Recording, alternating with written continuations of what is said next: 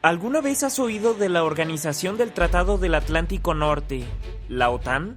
Es una agrupación de países tanto europeos como de América del Norte en la que los miembros se comprometen a defender a cualquier país del grupo que sea atacado por una potencia externa. Aunque principalmente y a todas luces es una agrupación defensiva para hacerle frente a Rusia.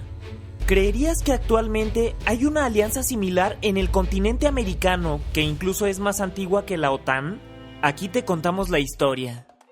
Al finalizar la Segunda Guerra Mundial, el mundo se polarizó en dos enormes bloques, encabezados por los Estados Unidos y la Unión Soviética.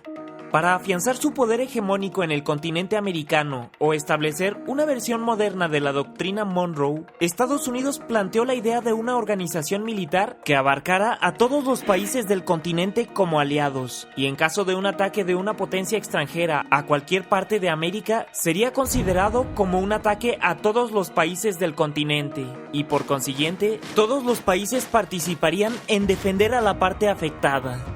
El planteamiento de esta organización se realizó en la Ciudad de México, cuando todos los países estaban reunidos en una plática de seguridad, y ahí mismo se llevaron a cabo los debates para establecer los principios que regirían a la organización, que quedaron establecidas en el Acta de Chapultepec.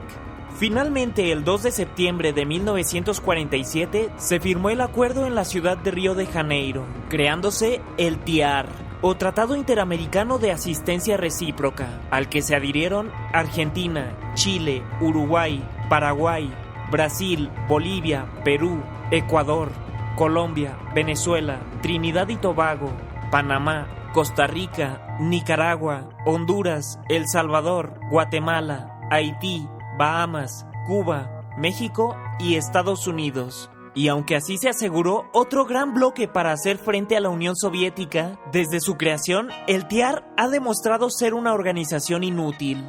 Por ejemplo, se intentó aplicar sin éxito durante la crisis de los misiles en Cuba, aun cuando este era un país miembro. Y lo mismo ocurrió cuando hubo diferencias políticas con Nicaragua, con la absurda guerra del fútbol entre Honduras y El Salvador, y el caso más conocido de todos, el conflicto entre Argentina y Gran Bretaña por las Islas Malvinas, donde Estados Unidos se vio obligado a elegir entre el TIAR y la OTAN, aunque las discusiones panamericanas arrojaron que el TIAR no era aplicable para este caso, ya que, según determinó la Junta, Argentina había sido el agresor, con lo que Estados Unidos se declaró oficialmente a favor de Gran Bretaña y la OTAN, aunque Latinoamérica apoyó de manera política a Argentina, e incluso algunos lo ayudaron militarmente, como fue el caso de Perú.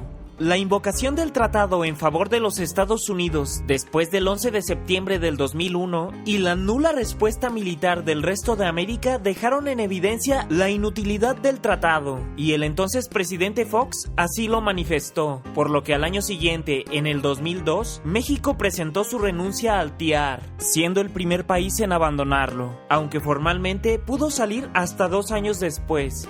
En 2012, Bolivia, Cuba, Ecuador, Nicaragua y Venezuela también abandonaron el tratado, que hasta ahora no se ha puesto en acción ni una sola vez. ¿Qué piensas al respecto? Para mí, Watchers, yo soy Snooty Aaron. Tenemos una cita todos los jueves a las 8 p.m. en este canal, así que suscríbete y activa la campanita para que descubras, junto con nosotros, los secretos que nos oculta la historia.